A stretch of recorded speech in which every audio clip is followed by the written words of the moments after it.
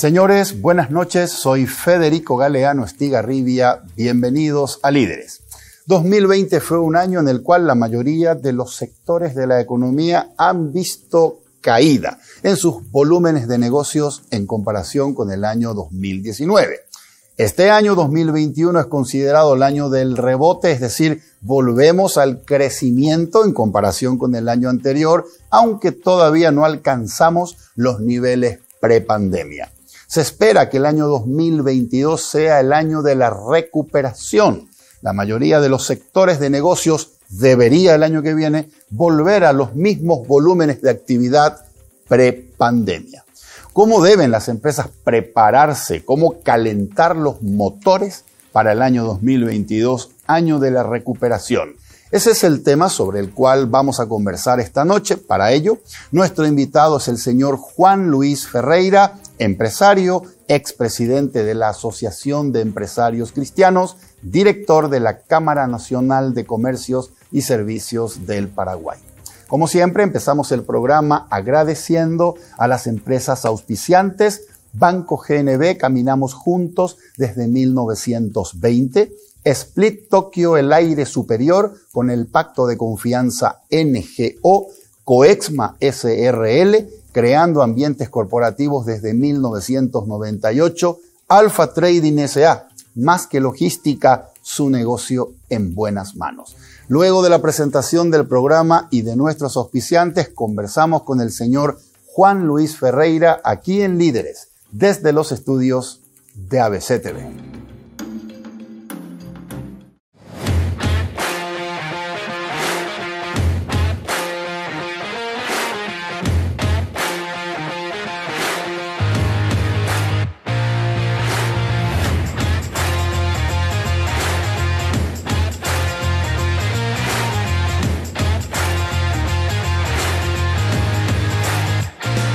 Líderes es presentado por Banco GNB, caminamos juntos desde 1920. Split Tokyo, el aire superior, con el pacto de confianza NGO. Coexma SRL, creando ambientes corporativos desde 1998. Alpha Trading SA, más que logística, su negocio en buenas manos. Todo empieza con un paso, o con una simple idea que imagina el futuro, o con un saludo que transmite confianza. Y por eso, hoy iniciamos nuestro camino para convertirnos en el mejor banco del Paraguay, porque somos herederos de una gran historia, con raíces sólidas, que siguen creciendo gracias al compromiso de seguir caminando juntos, paso a paso. Banco GNB, caminamos juntos desde 1920. Este Split no viene del futuro, pero parece. Su poderoso motor de 4 velocidades lleva el aire más lejos con la función iClean que elimina restos de agua del evaporador y iFill para mayor confort. Frío en menos tiempo, aire más limpio. Algunos dirán que este Split tiene aires de superioridad y tienen razón. Split Tokyo Extends, el aire superior.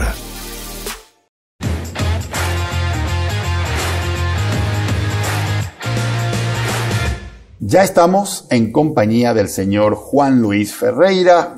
Juan Luis, buenas noches y muchas gracias por acompañarnos en Líderes. Buenas noches, un gusto, Federico, y un cordial saludo a toda la audiencia. Juan Luis, sos empresario, dirigente gremial.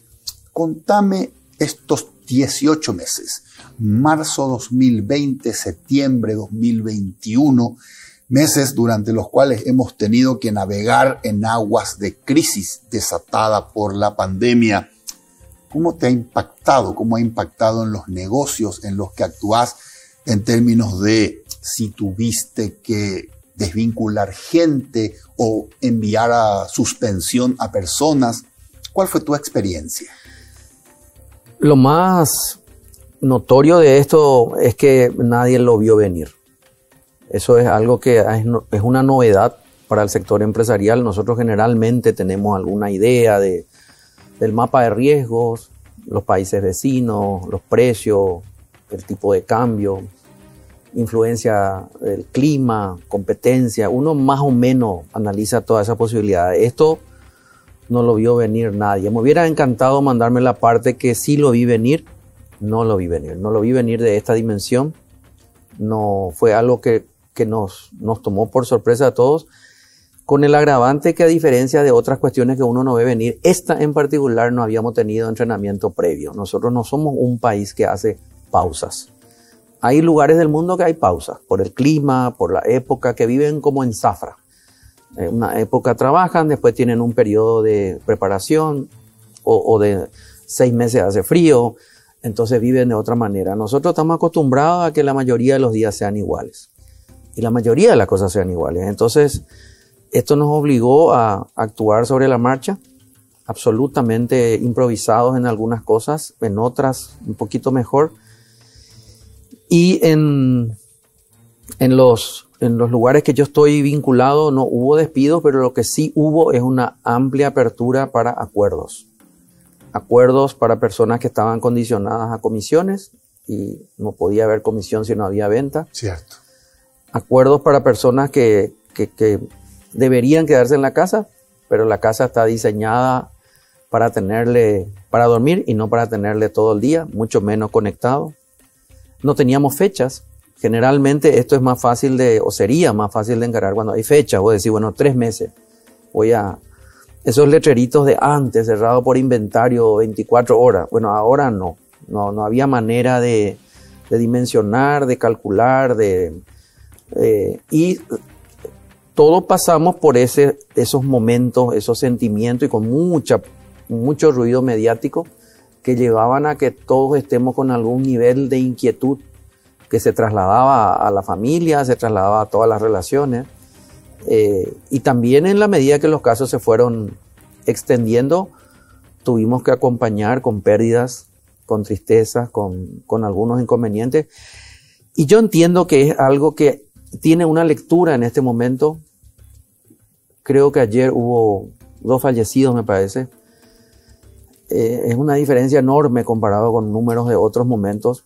A mí me parece que hay una segunda lectura que nos va a dar un poco más adelante la circunstancia. Es como una experiencia que deja una huella, y después resulta que había otras cosas, que había una herida diferente, que había algún impacto. Vamos a ir viendo por el camino todo lo que pasamos. Sí, hemos impulsado y hemos visto muy buenos ejemplos de alianzas en el sector privado, en el sector público-privado, en el sector público también. Yo fui uno de los que aplaudió, sobre todo los primeros meses, y no voy a cambiar de opinión, sobre todo por esa característica que era algo imprevisto. Este es un país frágil. Nosotros no estamos preparados para muchas cosas. Entonces, a veces hay que tener tolerancia cuando queremos calificar o juzgar a los líderes cómo actúan. Es un país frágil. Estamos en un proceso de construcción de una convivencia. Le llamamos democracia a algo que está en construcción. Entonces, y también está en construcción el sector empresarial. Nosotros, la historia de la empresa en Paraguay es una niñez. Nosotros estamos en una fase de infancia de lo que es el desarrollo empresarial. Y eso conlleva una serie de estructuras dentro y fuera de las empresas. Entonces, a veces nos apresuramos y nos medimos como si fuéramos maduros, completos, desarrollados, con infraestructura, con relaciones, con alianza, y no es así. Y te diría que un ejemplo de algo muy positivo que he resaltado muchas veces es cómo se adaptó la gente, cómo se adaptó el barrio, cómo se adaptó el ama de casa, cómo se adaptó el amo de casa, cómo cada uno le fue encontrando la vuelta, y ahí aparecieron las ollas populares, apareció la solidaridad, apareció la parte buena. Y obviamente apareció la parte mala, la gente que lucra con la necesidad, la gente que vende a un precio que no tiene que vender, la gente que aprovecha el momento. Y eso es inevitable, hay que vivir con eso. Y ojalá esto nos sirva a todos para tomar nota. Okay. Seguiremos aprendiendo de la experiencia, seguiremos aprendiendo de los demás, y de prepararnos mejor, porque esto se va a volver a repetir en una forma o de otra. Ojalá no se repita. Lo científico hasta el momento es que puede repetirse. Okay. Juan Luis, definime por favor país frágil. Un país frágil es aquel que vos no estás seguro cuando te vas al puesto de salud si hay gasa. No estás seguro si firmas un contrato de exportación porque no sabes si vas a encontrar 10 técnicos que hagan lo que te están pidiendo. No sabes, aunque tengas la razón, crees, y tengas la ley, crees, y tengas testigos, no sabes si la justicia va a fallar a tu favor. No sabes un montón de cosas y aquello en lo cual crees o sabes, de repente se cae. Entonces, a nosotros se nos cae un puente, que es una fragilidad de infraestructura, y también se nos caen otras cosas. Se nos cae la energía, se nos cae la comunicación, y se nos cae a veces la justicia, se nos cae a veces, tenemos también caída de líderes, tenemos caída de creencias. A eso es lo que yo le llamo un país frágil, un país que hay que construir, en algunos casos a veces nos da el cuero para atajarlo un poco, sostenerlo con chicle y alambre, y eso no es suficiente porque yo soy un convencido de que Paraguay es un lugar extraordinario para emprender, para vivir, y necesitamos que sea menos frágil, necesitamos que gane en solidez, que sea previsible muchas cosas, que tengamos un esquema donde yo digo, bueno, no sé si te acordarás, hay algo que me llamó la atención en uno de estos Juegos Olímpicos, 3 años antes ya sabían la fecha y la hora. Nosotros no nos animamos a ningún plazo prácticamente. Sabemos que dependemos de llueve y cambió la agenda. Hay otros países que también pasan por eso, solo que nosotros tenemos al alcance mejorar nuestra estructura, mejorar nuestra solidez. Ok.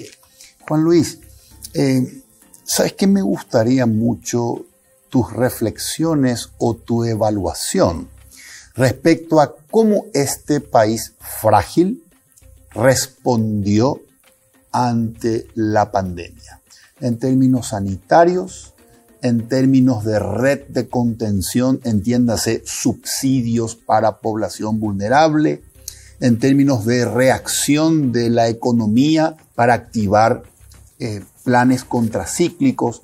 ¿Cómo este país frágil, según tu evaluación, si quieres ponerle una nota en una escala de 1 al 10, genial, respondió ante la crisis coronavirus?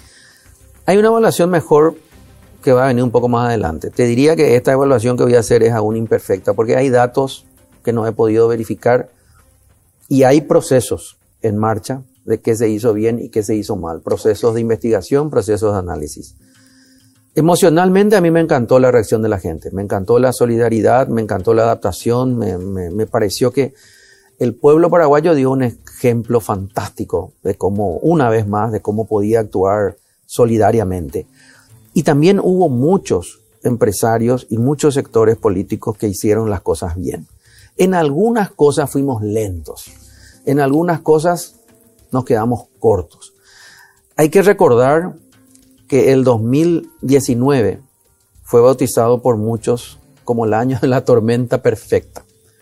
Y sobre eso nosotros tuvimos un año absolutamente extraordinario, donde además el entorno tenía problemas parecidos a nosotros. Acá no era cuestión de poner un ómnibus en Buenos Aires y que me traiga el medicamento. Esto era más complejo. Entonces, algunas cosas se hicieron erróneamente, quizás se podía haber hecho distinto. Yo digo que acá hay un camino de aprendizaje después de esto. Okay. Hay que tomar nota. Okay. Hay que decir, esto puedo resolver. Si yo tengo insumos que vienen de 11.000 kilómetros de distancia y es mi único proveedor, tengo que tomar nota de cómo voy a hacer la próxima vez. Puedo reemplazarlo parcialmente, puedo tener alternativas, me va a afectar el precio, me va a afectar el tiempo de entrega, me va a afectar la promesa que le hago a mi cliente y ahí evaluar qué hago en base a esas nuevas condiciones. Yo en general todavía miro con alguna benevolencia mucho de lo que se hizo mal por esas características que te digo. Nosotros no estamos luego preparados para muchas cosas y particularmente el sistema de salud no. Cuando yo estudié por qué Italia y España tenían problemas, dije, esto no va. Y sin embargo nos fue bastante bien por una serie de condiciones que tenemos y que fueron a nuestro favor y que a veces son defectos. Yo soy uno de los que se queja que tenemos que tener mayor conectividad aérea. Resulta, o por tren, o por tierra. Y resulta que la poca conectividad nos ayudó a contagiarnos más lento y, digamos, con algún tiempo para... Eso no tuvieron otros países. Ante algo que científicamente todavía sigue sin tener muchas certezas. Nosotros nos vacunamos sin que en el mundo hubiera ni una sola aprobación que no sea de emergencia para ninguna vacuna. Entonces, es algo que no se había visto antes. Por otro lado, otra cuestión que hasta el momento pareciera que fue muy bueno para nosotros es la juventud. La mayoría de la gente joven, relativamente poca gente mayor. No somos Chile, no somos Uruguay, no somos el norte de Italia.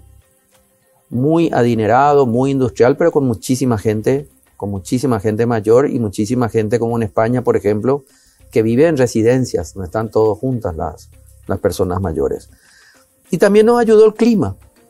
Algo que también nos solemos quejar, que hace calor, que hay mucho sol, que debería llover, que nos jugó todo a favor. Todas esas cosas sumaron. Nosotros somos, yo suelo decir, gente de vereda. Nosotros hacemos todo lo que podemos afuera. No tenemos edificios subterráneos con varios pisos, no tenemos ciudades que tienen una parte sumergida o nada de eso. Nosotros somos todo afuera. Y esa combinación de circunstancias hizo que saliéramos mejor. Okay. Y una parte importante de la gente respetó la distancia, respetó el tapaboca, respetó los cuidados. Después tenemos nuestro porcentaje de traviesos, que es hasta el momento inevitable, que hicieron todo lo posible para contagiarnos a los demás. Y a pesar de esos inconvenientes, los números generales irán muy bien. ¿Te parece, Juan Luis, que a partir de esto habrá en el mundo un nuevo capitalismo o un nuevo liberalismo económico diferente?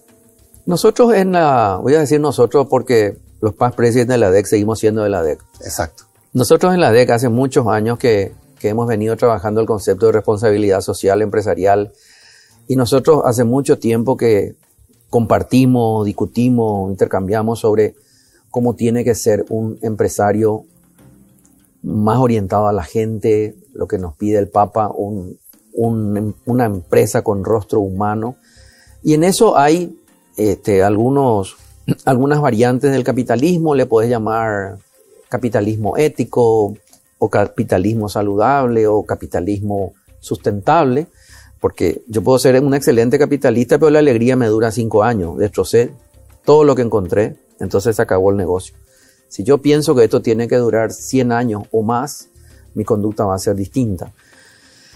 Entonces yo entiendo que por diferentes razones ya previas, no solamente esta, hay una parte del mundo que está seriamente tomando como desafío y ya venía haciendo antes hacia emprendimientos que tengan en cuenta más cosas, los diferentes enfoques de la responsabilidad social, lo que se le llama también triple impacto, lo que se llama un negocio sustentable. Yo voy a hacer un negocio, pero no lo voy a hacer por un mes, lo voy a hacer para que dure mucho tiempo, sin perjudicar a los demás, sin perjudicar el medio ambiente, de una manera que el foco sea el bien común. Esas son cosas que cada vez están más difundidas. Hay muchos buenos ejemplos en Paraguay. Cada año la ADEC premia, y lo hace hace mucho tiempo, a gente que lleva eso a la práctica y lo lleva con éxito, equilibra lo que es ganar dinero, cumplir los compromisos con la comunidad, el bien común, la acción social, la naturaleza. Hace un equilibrio de eso. Y yo creo que si yo tuviera que hoy emprender algo nuevo, como emprendedor, como empresario, tendría muy en cuenta que ese equilibrio de todos esos es lo que nos va a llevar a que las cosas se hagan bien, y se hagan bien por mucho tiempo. Correcto. Si tenemos que definir cuáles son los pilares o soportes de ese capitalismo nuevo, anoté sustentabilidad. Tengo que ganar dinero, pero tengo que hacer que esto dure 100 años.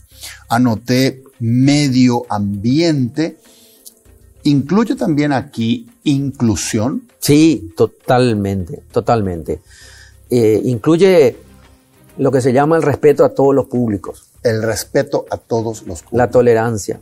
Okay. El respeto. Yo siempre cuento esta anécdota. Yo toda mi vida fui gordito, petizo y con anteojo.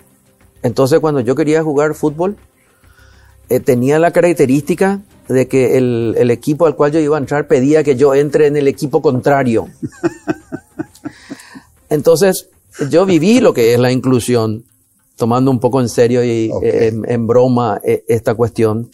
Y en todos mis emprendimientos yo he tratado de que seamos inclusivos, de que se tenga en cuenta a todos, con tolerancia, con respeto, con aceptación.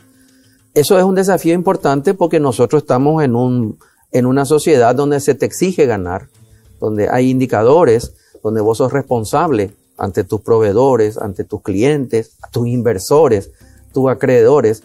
Entonces, al igual que lo que hacían en la infancia conmigo, a mí me cuesta, cuando voy a incorporar a alguien que es más lento o tiene dificultades que yo no puedo resolver, o tiene otras capacidades que yo no puedo incorporar, entonces o me hace más lento definitivamente, o me hace trabajar de otra manera. Eso es un esfuerzo gerencial, es una actividad que hay que tener de gestión y de incorporar a todos. Definitivamente, si nosotros no incluimos a todos, la posibilidad de éxito es menor. La persona excluida es una persona que está condenada a tener algún comportamiento que no va a ser el mejor, desarrolla sentimientos negativos. Tenemos que encontrar la vuelta. La lista de exclusiones pendientes de Paraguay es muy larga. A veces no se la cita completa. Hay trabajos extraordinarios de incorporar a la gente que sale, por ejemplo, de cumplir su condena. Cierto. Solo que son cosas que se hacen todavía en muy bajo impacto. Todo eso, nosotros estamos llenos de exclusiones. La exclusión de la edad.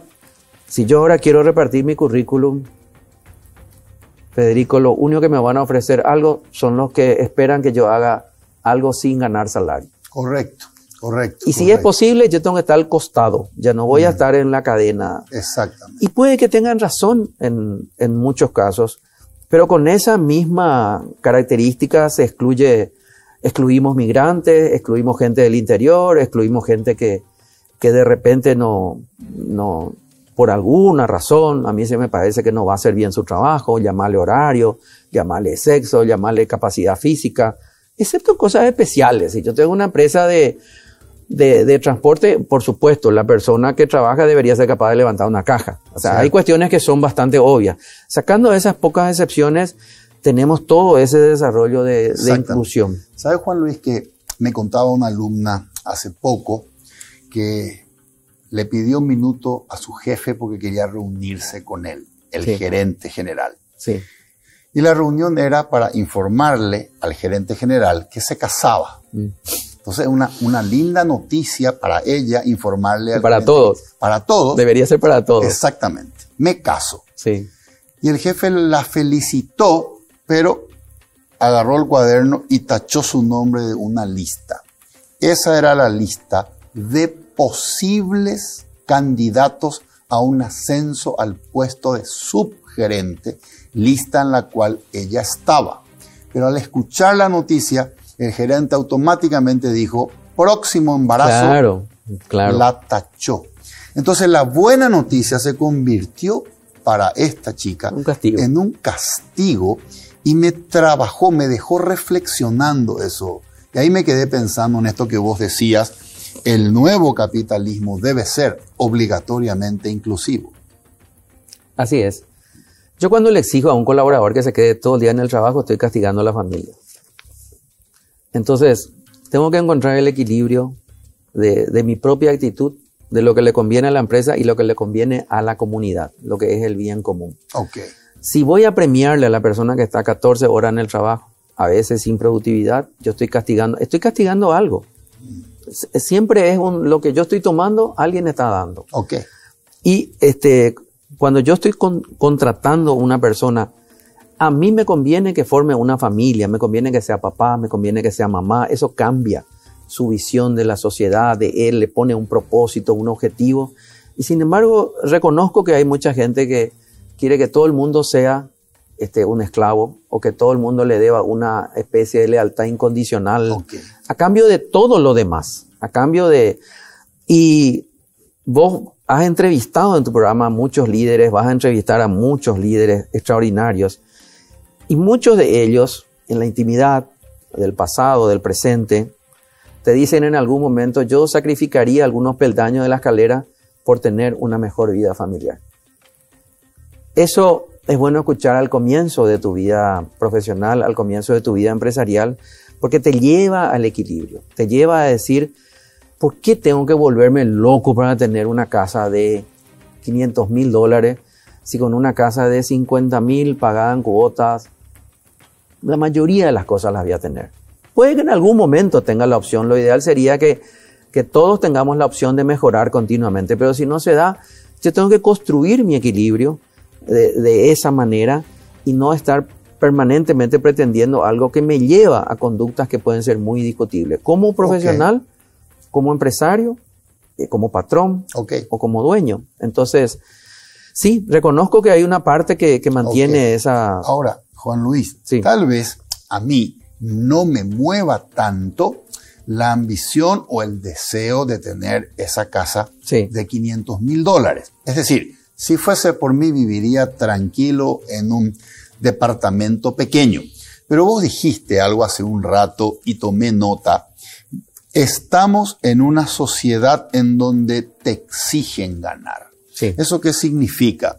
Que la presión por el cumplimiento de los objetivos me tiene a mí 14 horas en la oficina y no se trata de que me vuelvo loco por comprar esa casa de $500,000. Se trata que esta sociedad y este ambiente empresarial, bastante maquiavélico en términos de no importa cómo, pero los objetivos hay que alcanzar, nos tienen a todos desequilibrados en términos de que entregamos mucho a costa de menos calidad de vida, menos tiempo en nuestras casas. Sí, lo expresaste muy bien. Yo hace unos años le pregunté al número 1 de una empresa muy exitosa por qué había contratado a una persona que yo conocía si él no le iba a usar en la empresa. Y me dijo, prefiero que esté conmigo de balde a que esté trabajando en la competencia. Un punto de vista competitivo es un punto de vista nocivo, es una práctica nociva, porque yo lo que le estoy convirtiendo a la persona es en un, entre comillas, un muerto en vida. Está ahí, quizás cambie algo en alguna circunstancia, entonces va a tener una oportunidad, pero de lo contrario está para que no esté en otro lado. Y algo parecido a eso hemos hecho con el horario, porque también hay empresarios en mi vida que me han dicho, si vos salís de acá a las 8 de la noche ya no vas a hacer nada. Si salís de acá a las 2 de la tarde, a lo mejor trabajás para la competencia. O te distraes en cosas que te perjudican. Entonces yo prefiero nomás que estés acá. Por eso yo hablo de que estamos construyendo empresas. Nosotros estamos construyendo la cultura empresarial. Mientras construimos la democracia, mientras mejoramos el país frágil, nosotros tenemos esas definiciones que algunas son victorianas, Federico. Algunas vienen de otra época, de otra característica, donde si yo no le veo al empleado, entonces no tengo gestión. Y el empleado, si no le ve al patrón, entonces el patrón no sirve. Son todas cosas válidas para determinados aspectos, para determinados momentos a lo mejor, solo que ambas cosas no son en general lo ideal. Yo trabajé en lugares donde uno estaba mirado por el patrón y trabajé en lugares donde no había patrón, porque eran empresas internacionales, con servicios en otros países, donde tu jefe te llama cada 2 meses.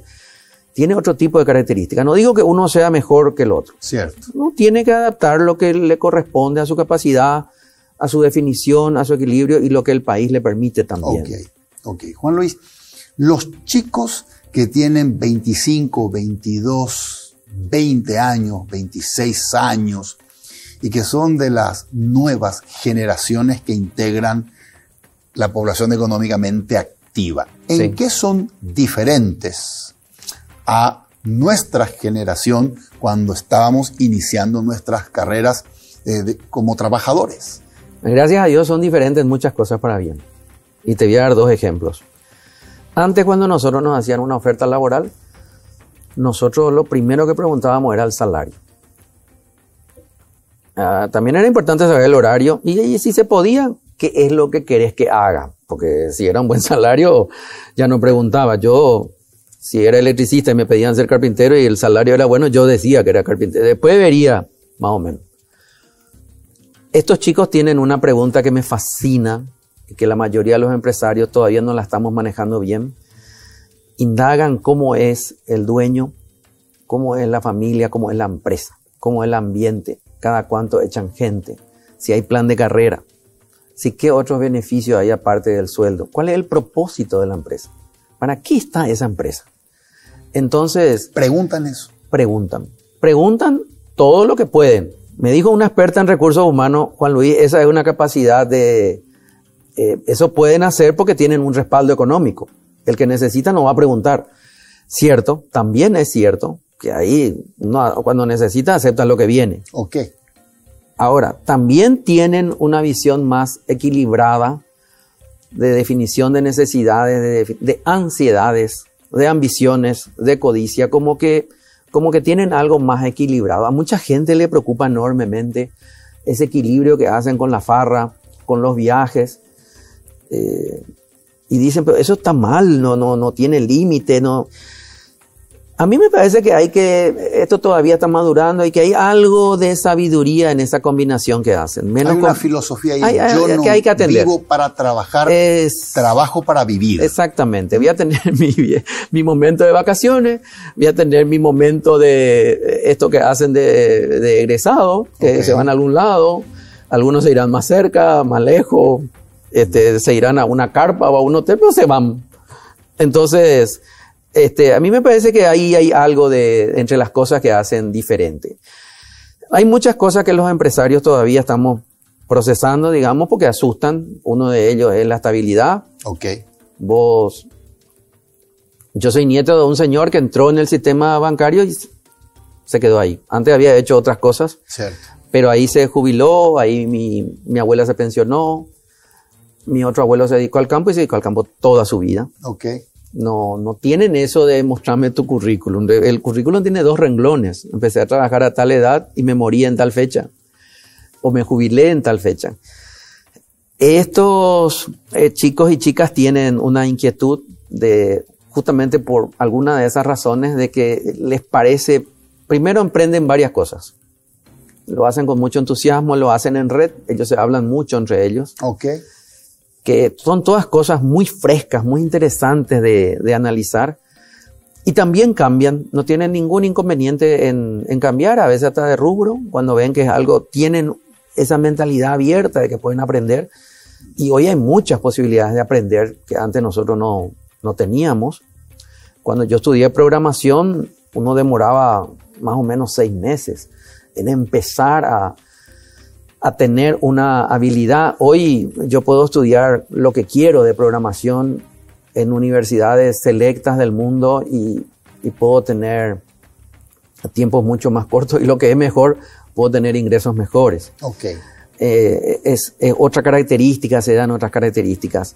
Es cierto que a veces tardan en definir qué les gusta. Esa pregunta, ¿qué querés ser?, que a nosotros nos hacían antes, vos le decías, yo quiero ser médico, ellos toman, porque realmente no tienen apuro. No, te dicen, quiero ser músico durante los próximos 10 años, después quiero ser psicólogo y después quiero ser escritor durante mis últimos 30 años. ¿Verdad? Sí, creo que hay algo bueno en eso. Me parece que esa apertura esa flexibilidad, esa variedad que tiene muchos aspectos positivos. Me parece que hay algo que hay también los que son más conservadores. Correcto. Ya sea por una situación económica o por una definición de carácter también. Sigue habiendo gente que es tranquila, es callada, es lo que nosotros en la jerga a veces llamamos el back office. Okay. Alguien tiene que estar punteando, investigando, leyendo. Esas cosas existen todavía y algunas son muy bien pagadas. Correcto. Algunas son... Entonces, ¿trabajadores eran los de antes? No. No, todas esas cosas son frases que no son tan exactas. Ok, Juan Luis, hablemos un poco del año 2022. Nos está viendo seguramente un empresario, un comerciante, importador, y está preguntándose cuánto pido a mi proveedor que me traiga para el año que viene, cuánto voy a vender. ¿Qué tan optimista sos para el año 2022? Y como vos sos dirigente gremial, ¿cómo están los ánimos en el sector empresarial? Por supuesto que hay diferentes sectores respecto a cómo va a ser 2022. Podés llamarle defecto, yo tengo el defecto de ser optimista. Yo soy una persona que tiene fe, que cree que muchas cosas se pueden hacer y creo mucho en que hay que perseverar, que algunas cosas no las veremos en esta vuelta, pero que sí las verán los nietos, los bisnietos y creo que eso es parte de algo que hay que entender y a veces no apresurarnos. Yo entiendo que Paraguay tiene muchas cosas a favor para tener un 2022. Como el 2019 fue la tormenta perfecta, no me animo a decirte parecido al 2019, pero sí un año más parecido a nuestros promedios, a nuestros promedios buenos, en términos generales. A nuestros promedios prepandemia. Exactamente, a la mejor parte de esos promedios, o por lo menos acercarnos. Obviamente dependemos de otros. Nosotros estamos insertos en una comunidad global donde no manejamos precios, no manejamos ciertas cadenas de producción, de suministros, no manejamos... Nuestro vecindario es muy alborotado, es muy... nunca es aburrido. Entonces eso a veces nos pone en condiciones que son difíciles de manejar. Y yo entiendo que va a ser un año que nos va a dar un poco menos de sobresalto. Cierto que va a haber siempre ese tema de podría haber otra pandemia, podría haber otra cosa, se amenazan con guerras internacionales, con inestabilidades que son parte. Sí hay que tomar nota de dos cosas que algunos ya lo venían haciendo y que enseñó el 2020 y hay que tomar nota para resolverlo lo antes posible. Es muy bueno incorporar en nuestro cuadro de indicadores el ahorro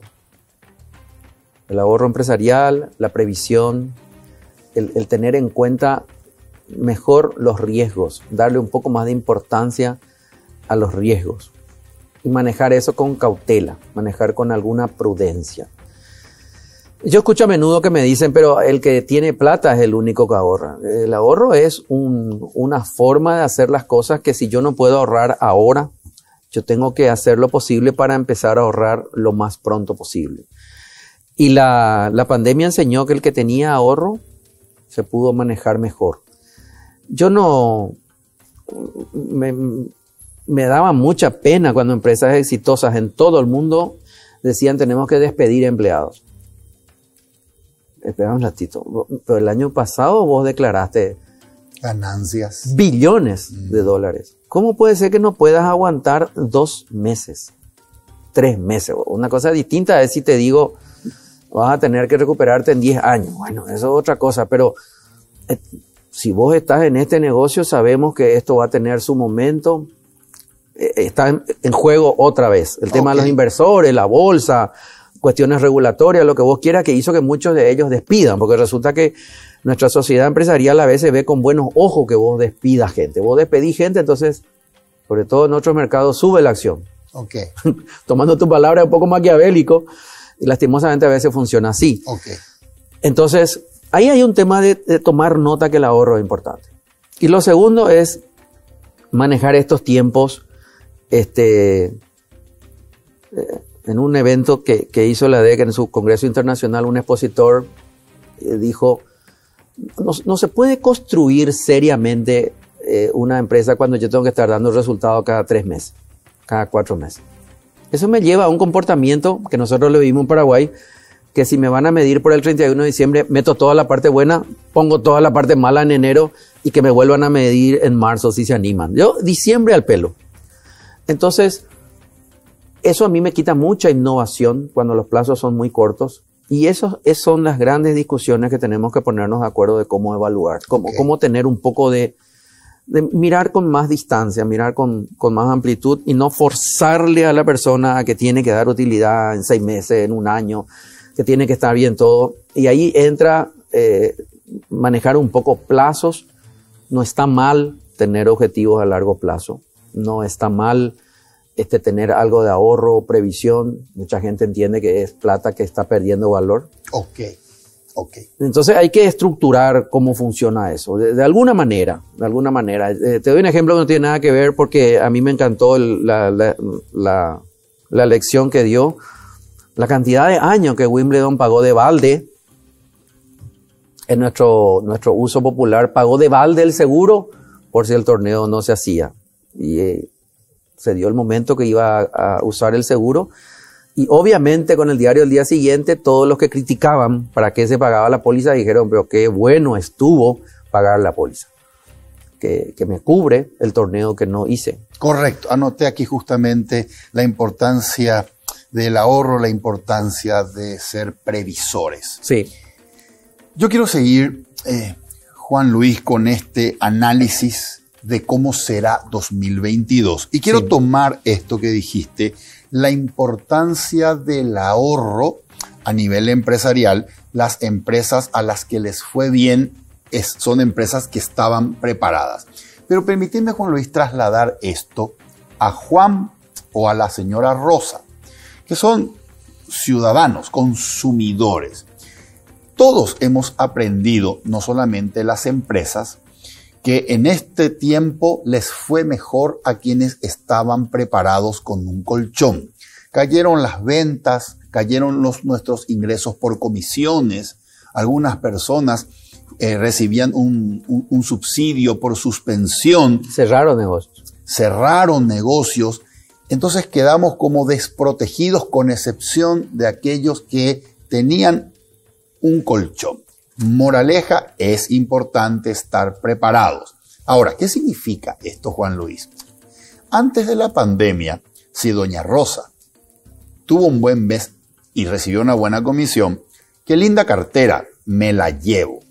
Y Juan Luis hizo un buen negocio, quiero cambiarme el auto, cambio el auto. A partir de ahora, no vamos a encontrar con una doña Rosa más cautelosa que va a pensar, me encanta, pero mi cartera vieja todavía está linda. Y un Juan Luis que diga, me encantaría ese 0 kilómetro, pero mi auto sigue andando bien. Con lo cual nosotros, las empresas que queremos vender carteras y automóviles, hoy tenemos un consumidor más cauteloso y ahorrativo. ¿Va a pasar eso? Va a pasar en una parte. Va a haber una mayor racionalidad de algunos gastos, de algunas inversiones, en una parte. Ok.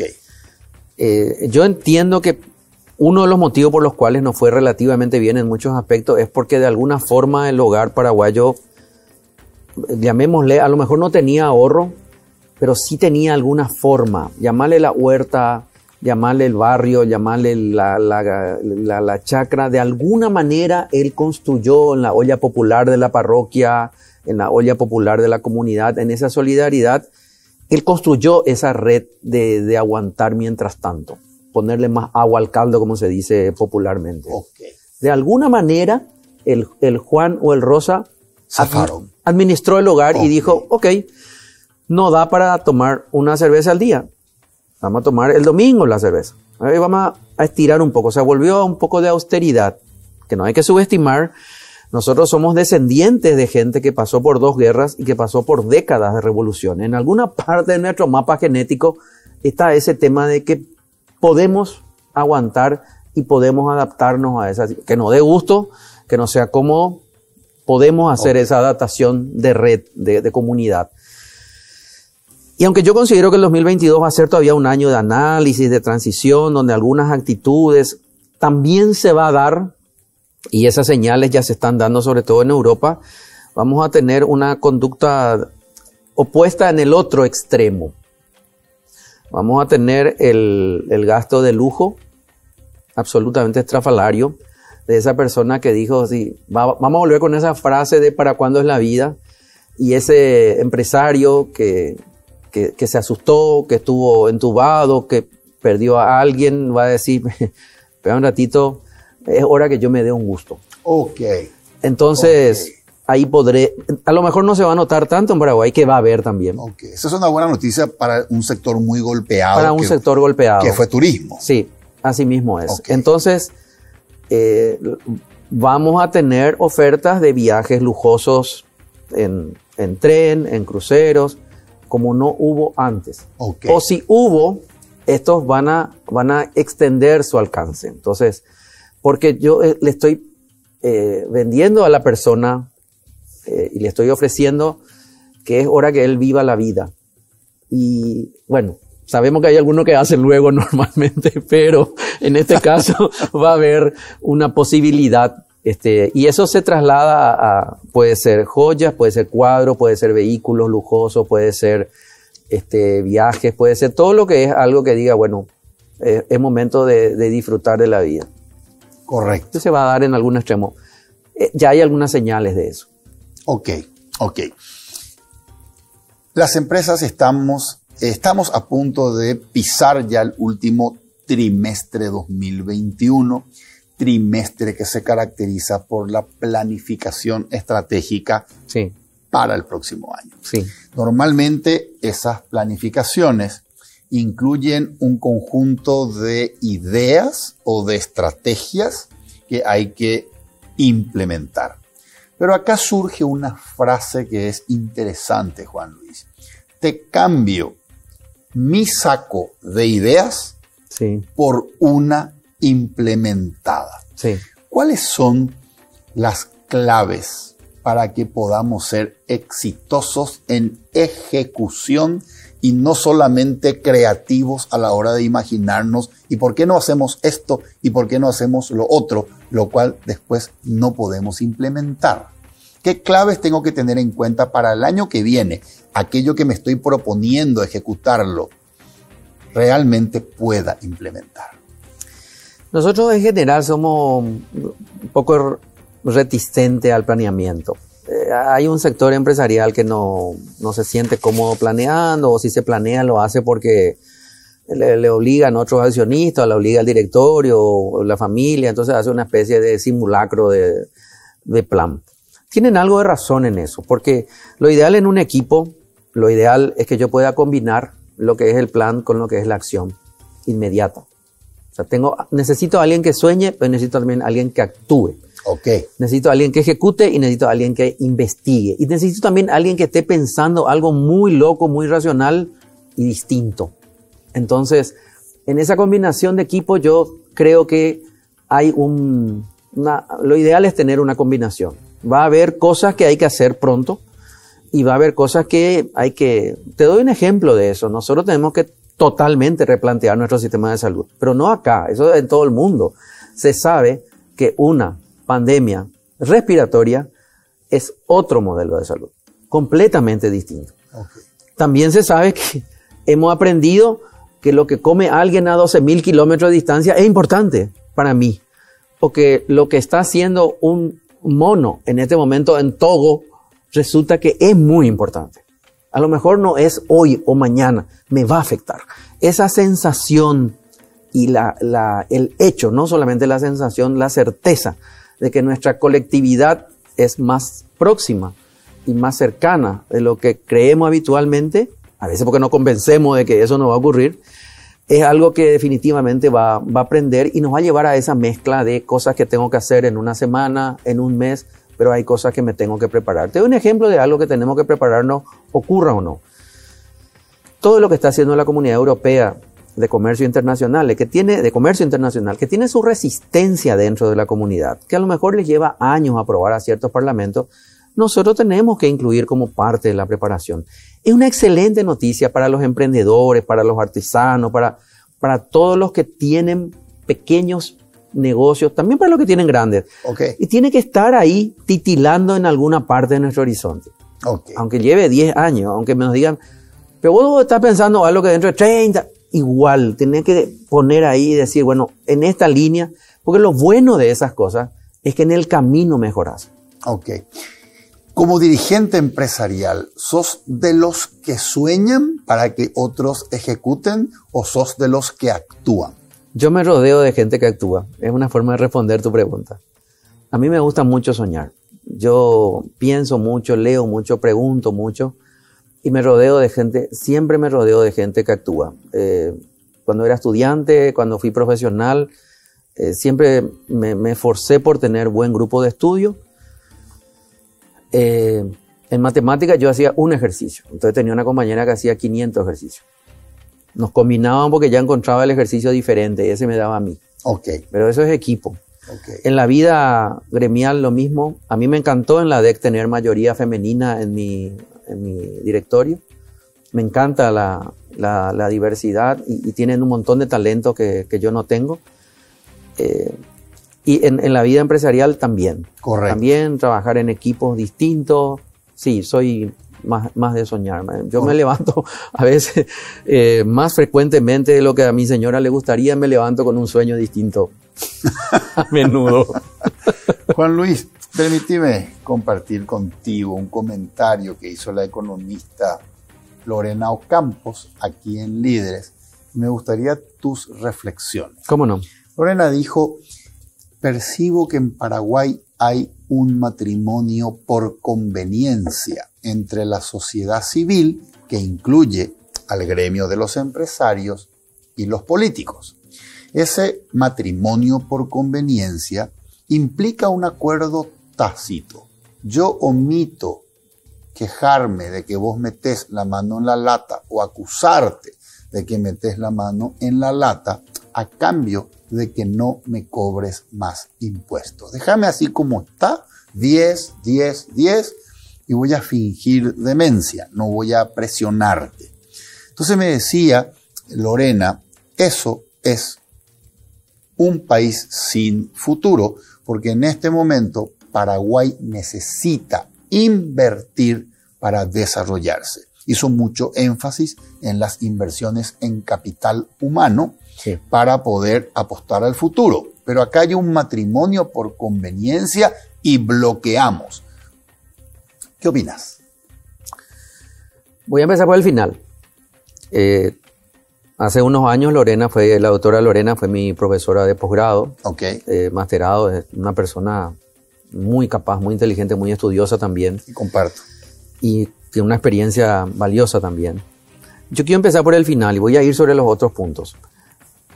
Ciertamente hay que hablar de impuestos. Y yo entiendo que hay una parte importante del empresariado que no tiene problema en hablar de impuestos. Okay. Solo que falta la otra parte, con la que vienen prometiendo hace no sé cuántas veces y no sé cuántos años, y ahí tenemos una bici que una rueda nos ponemos de acuerdo y la otra no, que es el gasto.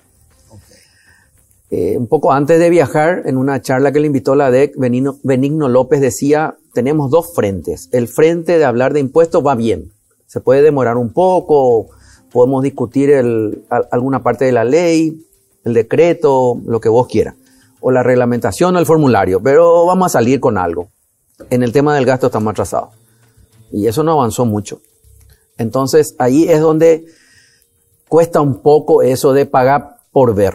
Cierto. Pagar primero y tener fe, porque nos han demostrado que eso no... Y ese gasto, no me estoy refiriendo a lo que le llaman gasto superfluo, ese gasto que se hace mal perjudica a los más capaces, evita que haya buenos médicos, que haya buenos maestros, que haya buenos técnicos. Okay.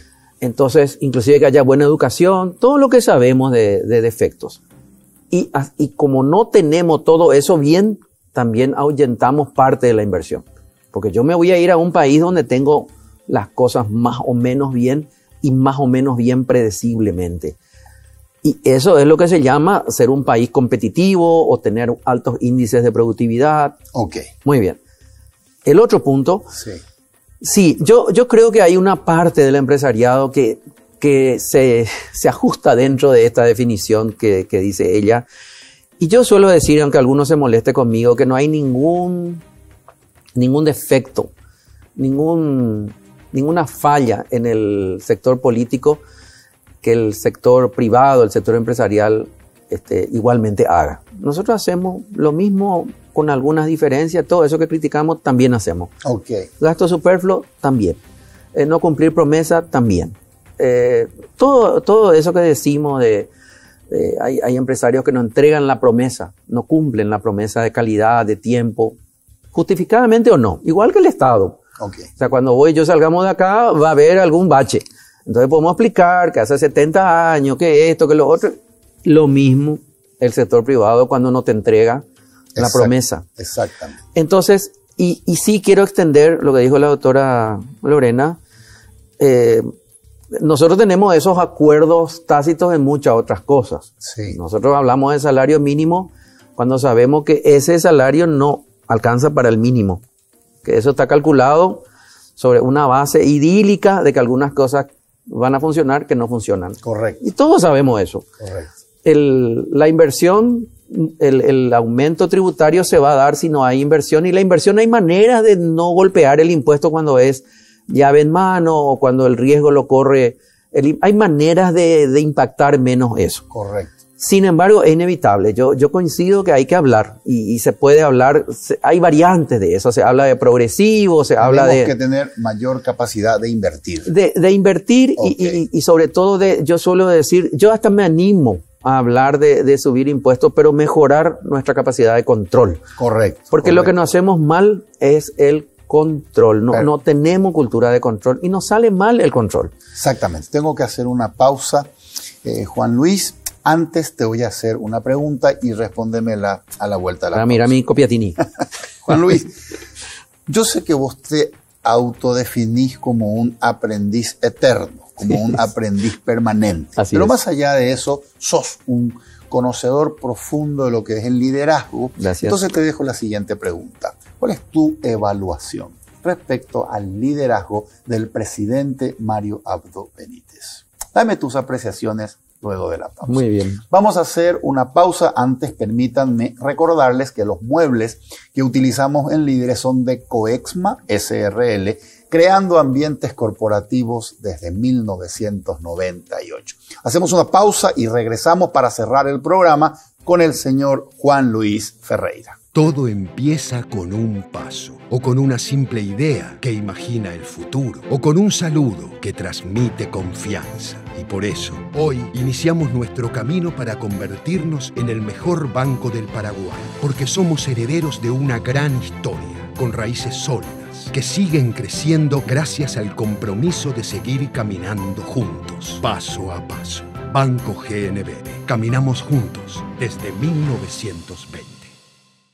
Este split no viene del futuro, pero parece. Su poderoso motor de 4 velocidades lleva el aire más lejos con la función iClean, que elimina restos de agua del evaporador, y iFeel para mayor confort. Frío en menos tiempo, aire más limpio. Algunos dirán que este split tiene aires de superioridad, y tienen razón. Split Tokyo Extends, el aire superior.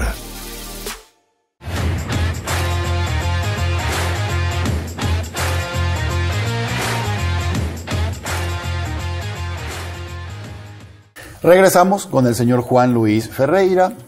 Juan Luis, tus reflexiones respecto a cómo evalúas el estilo de liderazgo del presidente de la República. El presidente ha tratado, con mayor o menor éxito, de adaptarse a una presidencia que estoy seguro que no fue la que se imaginó.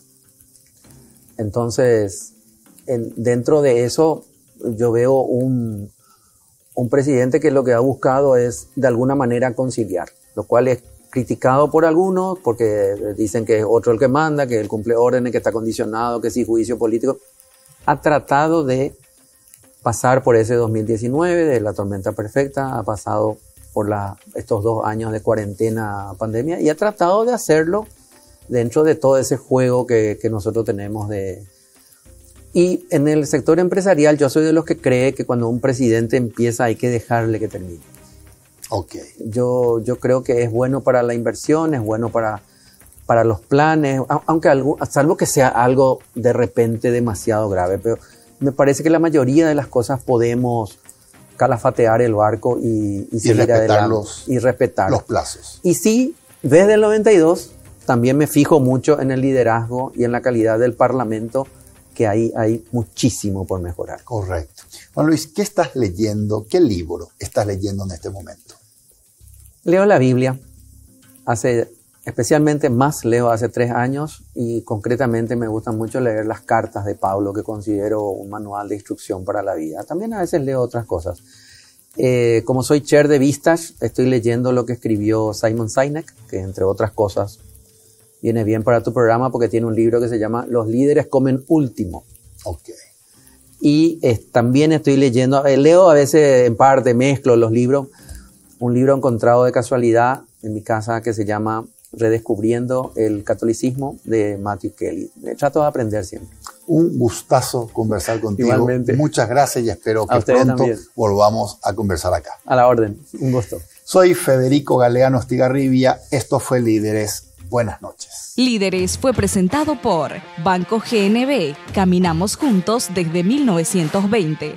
Split Tokyo, el aire superior con el pacto de confianza NGO. Coexma SRL, creando ambientes corporativos desde 1998. Alpha Trading SA, más que logística, su negocio en buenas manos.